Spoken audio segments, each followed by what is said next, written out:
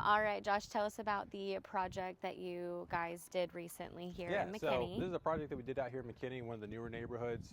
Basically, we took out the builder grade landscaping. So good example over at the house down there. It's just builders come in, they build a house. It's very basic, nothing special about it. And then, normally the plants are all mixed up. They're not even set up properly. And so what they want to do is add a stone border. The advantages of having a stone border is it keeps your mulch in. It looks really nice.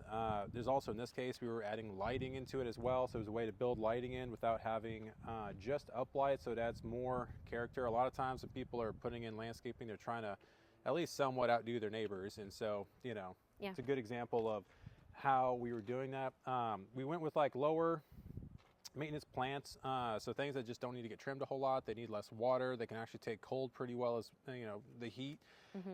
We put in river rock with it as well. So normally with mulch, you have to change that out, every year to every 2 years, depending on how nice you want that to be.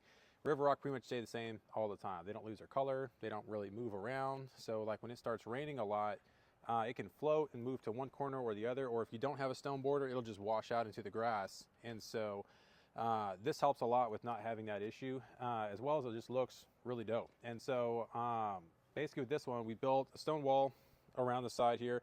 We put a cap on top of it. We have lighting underneath the cap. So those little black deals underneath the cap there is what that is. And when we were talking to the customer here, he was wanting something that made his yard look different than the others. And so what we did is we added, besides those items, we added a bench over up by there so you can like sit down, put pots on it. We added this low border right here as well, so we can put annuals inside that. So that's going to add a lot of the color. So you still have like the low maintenance side of things with the plants on the inside, not needing as much trimming, water and such, but you can add annuals, you can add perennials, you can just leave it empty and it's going to look a lot better than if you had nothing on there as well. Sure. And so all of those different things really just add up to make it pop. And now if you just kind of look around all the different neighbors out here, his looks way, way, way better. And that's one of the big differences between working with guys that know how to work with stone versus not. Some people wonder, like, why is there such a big price difference? It's because of the way you set it up. So for starters, this part right here adds a lot more cost to it because you have to cut each piece. They come in big square slabs, and if you don't, cut it just right, especially in the circle like this, it's going to look wonky. You chip all the edges of the stone before you install it. You've got even joints all the way around instead of it being like, so this is what I would say is top quality. Like we have some of the best stonemasons for sure. Medium is going to be like on the house over here. They are somewhat even on the joints, but there's already cracking on that. It's not very level. And so it's kind of like medium level. And then if you look at the house over here, this is super subpar. This one, I mean, the mortar's the wrong color. They're using a white instead of a gray. They've got stone step as a paver cap on there. None of the stones are chipped. The gaps are all over the place. Some are like 1.5 inches, some of them were 1/2 inch. And so there's just nothing even about it.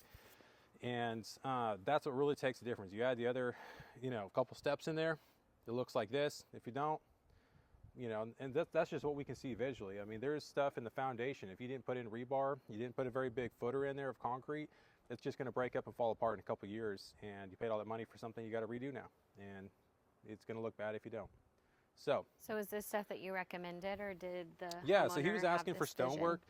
And then a lot of times when we come in to do projects and ask, people have an idea of what they want. Like, well, I saw this guy, I saw that guy. How do we put this together? And so we came in with this, and then we added a couple other things that we suggested, and he liked it, so we added that on. And so that's kind of the front yard, but in the backyard, we have more of that. In the backyard, there wasn't any landscaping except for maybe one of the trees back here. Everything else, we had to make new flower beds, added some trees, bushes. We added some gravel as well on the side yard because the grass just doesn't grow on the other side where there's not enough sun. That's a pretty common problem out here. We have the house and the fence, or just two houses too close together, creates a lot of shade. Bermuda does a really good job in the sun. That's why, like out here, you can see how this grows really well. But once you get underneath the tree, you get in a side yard, you have a fence, all that kind of stuff just makes it so that way you have issues. And so back here, as you can see, we basically just had the tree in the corner there, no landscaping. We added all the stonework back here, added new irrigation for the drip line, plants, a couple more trees. There's uplighting back here as well, so that way, basically the point of this is to make a bit of a privacy wall. So over the next couple of years, as these trees grow in, it's going to block out the houses that are looking into their backyard, as well as add some lighting, so that way it's not just completely dark. And then on the other side over there, we have gravel. We restained the entire fence as well. It was kind of, getting past its prime on there, so that was a easy way to look at brand new again without putting too much in. Do you recommend certain trees to homeowners? Yeah, so in this case, normally when you're wanting a privacy wall, you want something that's not going to shed during the winter time, because then you're only going to get, accomplish your goal for a couple months out of the year. So this one right here is an eagle stem. Doesn't get super huge. It's not like a big oak tree that's going to take over your whole backyard. Okay. But still, it keeps its leaves year round. Live oak that was back there in the corner, that will get very, very big. But once again, keeps all his leaves, so helps him with keeping the privacy and growing constant, as well as it stays green. So that way, during the wintertime, it just doesn't look dead back here, and you just kind of hope for better one day. Right. And what about these bushes and plants? So some of these bushes are actually salvaged from the front. So we bought some and then took some from the front, so that way we could reuse them.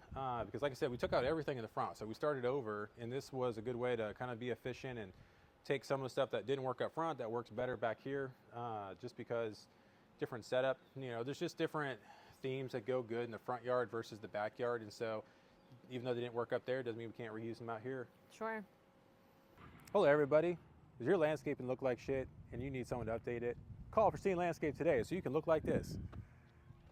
So this is a project that we did, I think it was probably in springtime. Somebody called us out and they were like, hey, I need something small right now and then something pretty big in a couple months, because we're in the middle of putting a pool in, so we just need to update it. So we updated plants, put some river rock in, different things like that, just to get this place rolling.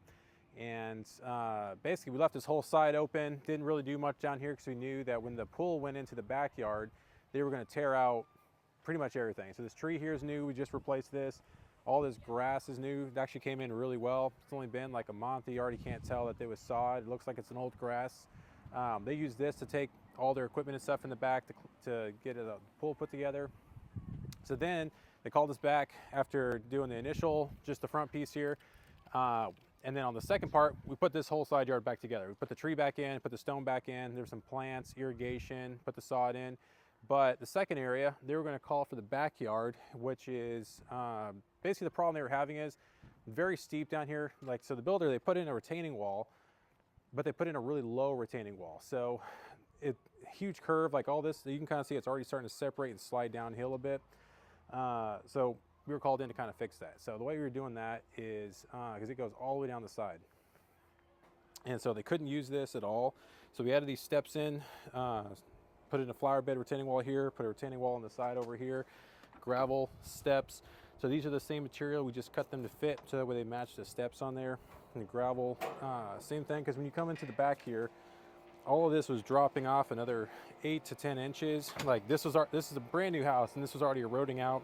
This is going to start cracking and breaking down on the AC units, and this whole thing from there to down here probably had like a 2 to 3 foot difference, and it's a huge slope, basically an unusable space, this whole area back here. So the pool got put in, so what we came in to do is put in this retaining wall.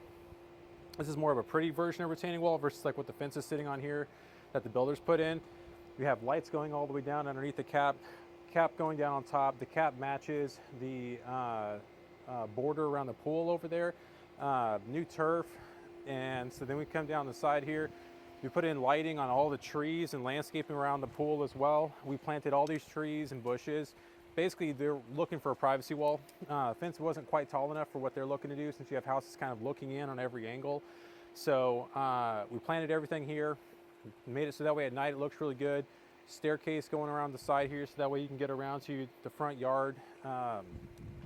Basically just finished everything out. We had the company come in to put the pool in, and then we finished everything else, getting it done. And now, because we did a great job here, part number 3, I guess, is going to be back where those chairs are. There's going to be a big cabana built. It's going to have like an outdoor kitchen, fireplace, plumbing, AV, lighting, pretty much everything you could ask for to make a good outdoor living space. And then once that's done, this will really be complete. We need another retaining wall, more turf on the other side, some more gravel. So we got one whole, about 2/3 of it done. But once we get into the springtime, get everything finished up again, basically be a backyard oasis that's ready to go.